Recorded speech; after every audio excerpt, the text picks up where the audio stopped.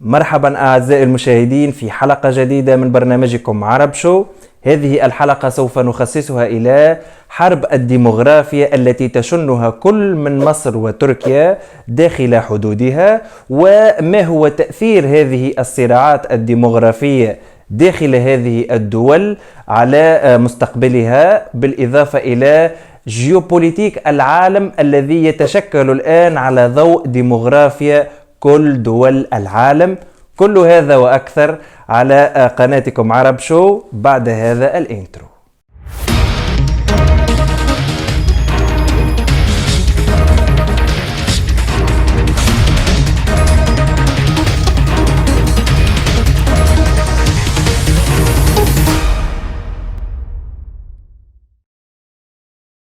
وبناء على ما سبق سوف أتكلم في هذه الحلقة في جزئها الأول على الصراع التركي المصري في سياساته الديمغرافية، ثم سوف أتطرق في الجزء الثاني من هذه الحلقة إلى دول العالم العربي عموما والدول الغربية والصراع الذي سوف يحتدم في المستقبل من أجل هذا العالم الذي سميته بالركيزة الأساسية لتحديد جيوبوليتيك العالم. ولقد شهد الأسبوع الفارط خروج الرئيسين المصري والتركي بتقديم سياسة ديمغرافية متناقضة تماما، حيث دعا الرئيس التركي إلى زيادة الإنجاب داخل تركيا ورفع عدد سكان الدولة التركية، بينما تقدم الرئيس السيسي بمشروع مغاير وهو الحد من التضخم السكاني داخل مصر.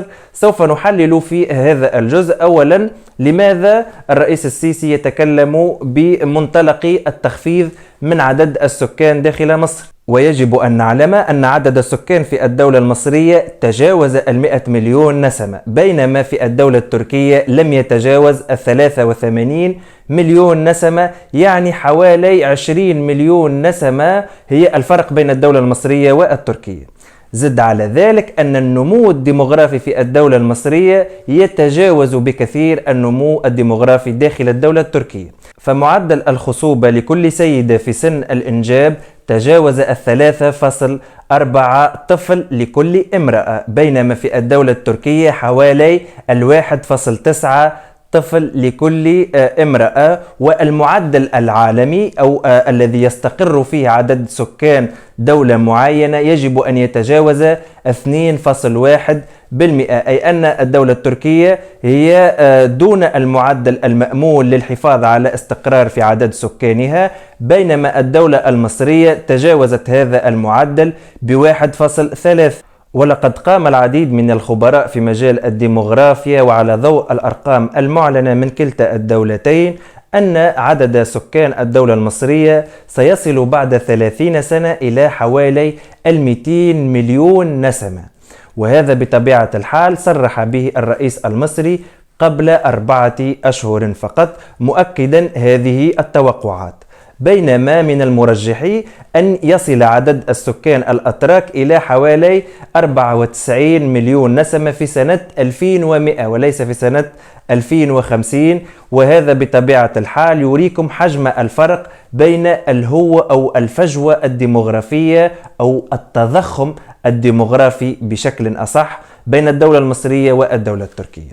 إذن سوف يصل عدد سكان الدولة المصرية ضعف عدد سكان الدولة التركية، لذلك نجد أن الدولة التركية تريد الرفع من عدد سكانها، لأنها إن لم تقم بذلك سوف يتراجع عدد سكانها، وفي تراجع عدد السكان سوف يكون هنالك تراجع في السوق الاستهلاكية، وبالتالي سيكون الاقتصاد التركي أضعف ولن يجذب الاستثمارات بطريقة أكبر، وسوف يقل عدد دافعي الضرائب في الدولة التركية، وبالتالي تقلص عدد السكان يعني تقلصا في الاقتصاد وحجمه.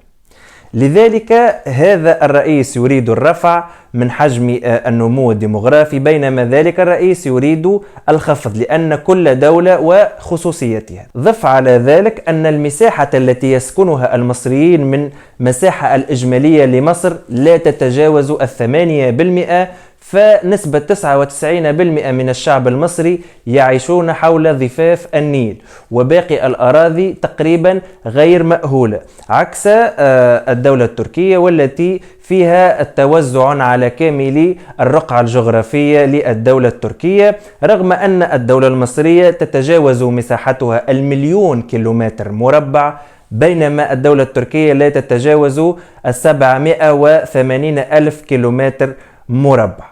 وبالتالي هذا هو عامل محفز للتخفيض في عدد السكان، نظرا لأن الكثافة السكانية حول نهر النيل لا تطاق وهي كثافة عالية جدا. لذلك قامت مصر ببناء العديد من المدن خارج هذا الحزام، ومنها مدينة العالمين في ضفاف البحر المتوسط، والعاصمة الإدارية في الصحراء شرق نهر الدلتا. وبطبيعة الحال هذا سوف يجلب ملايين من السكان لهذه المدن الجديدة، وهذا وفق رؤية مصر 2030 والتي الآن تعمل على بناء أكثر من 20 مدينة ذكية داخل مصر، بالإضافة إلى بنية تحتية ضخمة. وبالتالي وجود كثافة سكانية عالية في المناطق السكنية المصرية الحالية يحول دون تقدمها، خصوصا وأن هذه المناطق أصبحت مشبعة ولا تطاق. فمثلا حتى تذهب من مدينة إلى مدينة يجب أن تأخذ ساعات طويلة في الطرقات لأنها مكتظة جدا بالسكان وبالسيارات. ولكن كما ذكرت من أولويات الدولة المصرية هي بناء مدن جديدة حتى تستوعب الكم الهائل من المواطنين المصريين والذين سوف يولدون في المستقبل، وهذا بطبيعة الحال خطة ذكية وسترفع من قيمة الاقتصاد والدولة المصرية عاجلا أم آجلا. إذن حسب رؤية مصر الحالية نحو تخفيض في معدل الإنجاب وتقليل من المواليد لديه العديد من المبررات، من ضمنها المبررات الاقتصادية وما إلى ذلك، عكس الدولة التركية والتي تراهن على البشر، فنجد أنها ليس لديها إلا الذكاء البشري. لذلك نجد أن نسبة الإنفاق على التعليم مثلا في الدولة التركية تتجاوز 5.8% من ميزانية الدولة، بينما لا تتجاوز في الدولة المصرية 2.8%. وبالتالي نجد أن الدولة التركية رغم أن اقتصادها يكبر الاقتصاد المصري بحوالي الضعف، فنجد أن الاقتصاد التركي يتجاوز 800 مليار دولار، بينما الاقتصاد المصري لا يتجاوز 330 مليار دولار. فنجد أن الدولة التركية تخصص أكثر من 8.5% للتعليم، بينما مصر كما ذكرت 2.8% فقط، وهذا بطبيعة الحال يدل على توجه كامل للدولة. فنجد مثلا دولة مثل إيران رغم أنها دولة محاصرة بالعقوبات الاقتصادية من العالم، وهي دولة غير مرحب بها في العلاقات الدولية خصوصا مع الغرب وما إلى ذلك، ونراها تخصص أكثر من 4% من ميزانيتها للتعليم. وبالتالي هذا يعطيكم فكرة عن توجهات الدولة التي تراهن على الذكاء داخل الدولة. وللأمانة كما ذكرت الدولة المصرية لديها العديد من الأولويات، وهي مثلا الجيش وتطوير البنى التحتية وبناء المدن والمناطق الصناعية وما إلى ذلك، وهذا بطبيعة الحال بالتوازي مع التعليم وما إلى ذلك، وهذا بطبيعة الحال وفق الرؤية المصرية. إذن لدينا رؤية تركية تقوم على التعليم وعلى البشر وعلى الزيادة في الإنجاب، بينما نجد الدولة المصرية تريد الحد منه، وهذا بطبيعة الحال هو نموذجين لدولتين مختلفتين في المنوال التنموي ومختلفتين في الرؤية الديمغرافية المستقبلية. فنجد أن الدولة التركية تخاف أن يكون لها نفس مصير الدول الأوروبية، فوفق وكالة فرانس بريس فإن أغلب الدول الأوروبية سوف ينخفض عدد سكانها إلى النصف بعد 80 سنة منذ الآن، أي أنه في سنة 2100 سيكون أغلب الدول الأوروبية قد فقدت نصف سكانها، وهذا بطبيعة الحال رقم مفزع للغاية لأوروبا وغيرها. فنجد أن دولة إيطاليا التي الآن عدد سكانها 60 مليون نسمة بعد 80 سنة إذا تواصلت على نفس هذا الحال من النمو الديمغرافي سوف تصل إلى 26 مليون ساكن فقط، يعني أكثر من النصف فقدت. نفس الرواية نجدها في الدولة الإسبانية والتي عدد السكان فيها 46 مليون نسمة، وبعد 80 سنة إذا تواصل هذا النمو الديمغرافي فيها سوف يصبح عدد سكانها 22 مليون نسمة. وهذا بطبيعة الحال رقم كارثي ومفزع، لأنه يدل على فقدان الدول الأوروبية لقوتها الاقتصادية المؤثرة في العالم. ضف على ذلك أن دولة مثل اليابان والتي عدد سكانها الآن 124 مليون نسمة سوف يصبح بعد 80 سنة حوالي 59 مليون نسمة. نفس السيناريو نجده في الدولة الروسية، وهو الأخطر على المشهد العالمي حسب اعتقادي، نظرا لأن عدد سكان الدولة الروسية الآن حوالي 146 مليون ساكن، وسوف يصبح وفق وكالة فرانس بريس والتي نقلتها عنها وكالة أخرى وهي وكالة روسية المعروفة بسبوتنيك، سوف يصبح عدد السكان حوالي 106 مليون نسمة، يعني ستفقد حوالي 40 مليون ساكن. ضف على ذلك أن عدد المسلمين في روسيا الآن حوالي 27 مليون ساكن، وإذا عرفنا أن النمو الديمغرافي للمسلمين في الدولة الروسية يصل إلى حتى 4 و5 مولود لكل امرأة واحدة، بينما لا يتجاوز 1.3% بالنسبة للروسيات المسيحيات. فهذا ينظر أن عدد المسلمين سوف يتضاعف وسوف يصل إلى 60 مليون مواطن مسلم داخل روسيا، وهذا سوف يجعل الدولة الروسية جمهورية إسلامية.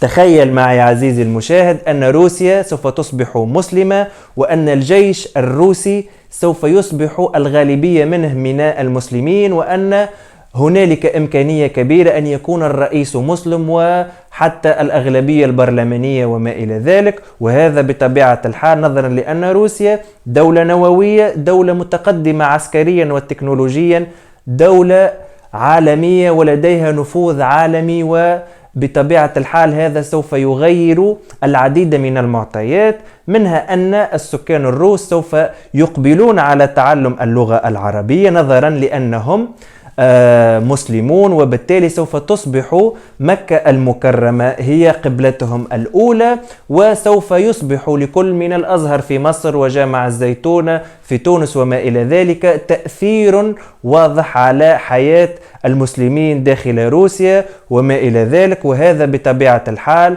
سوف يشكل عالما جديدا ليس كما نعرفه اليوم. نفس المسألة نجدها تتكرر في كل من بريطانيا، فرنسا، ألمانيا وما إلى ذلك. وفي الحقيقة استقبالهم للمهاجرين السوريين وغيرهم دليل واضح على تهرمهم السكاني، نظرا لأن هذه الشعوب لا تشجع على الزواج، وطبيعة المواطن الأوروبي لا تقوم على الإنجاب أصلا. وزد على ذلك أن انتشار المثلية والعلاقات خارج إطار الزواج وما إلى ذلك قلصت من عدد المتزوجين وقلصت من إنجاب الأبناء. لذلك هذه الدول تقوم بتشجيع سكانها من أجل تفادي هذه الكارثة، ولكن دون جدوى. لذلك نجدها اعتمدت طريقة أخرى للحفاظ على عدد سكانها، وهي بفتح باب الهجرة. ونذكر أنه يوجد داخل إيطاليا أكثر من 4 مليون عربي، بالإضافة إلى وجود أكثر من 5 مليون عربي داخل الدولة الفرنسية، وأكثر من 3 مليون داخل الدولة الألمانية. والعرب خصوصا لهم معدل نمو سكاني مرتفع جدا مقارنة بالفرنسيين أو الإيطاليين أو حتى الألمان، نظرا لأنهم ينجبون العديد من الأبناء ويقومون بالزواج عكس المواطنين الأوروبيين، وهذا ينذر بارتفاع عددهم في السنوات المقبلة مقابل تراجع في عدد السكان الأصليين لهذه الدول.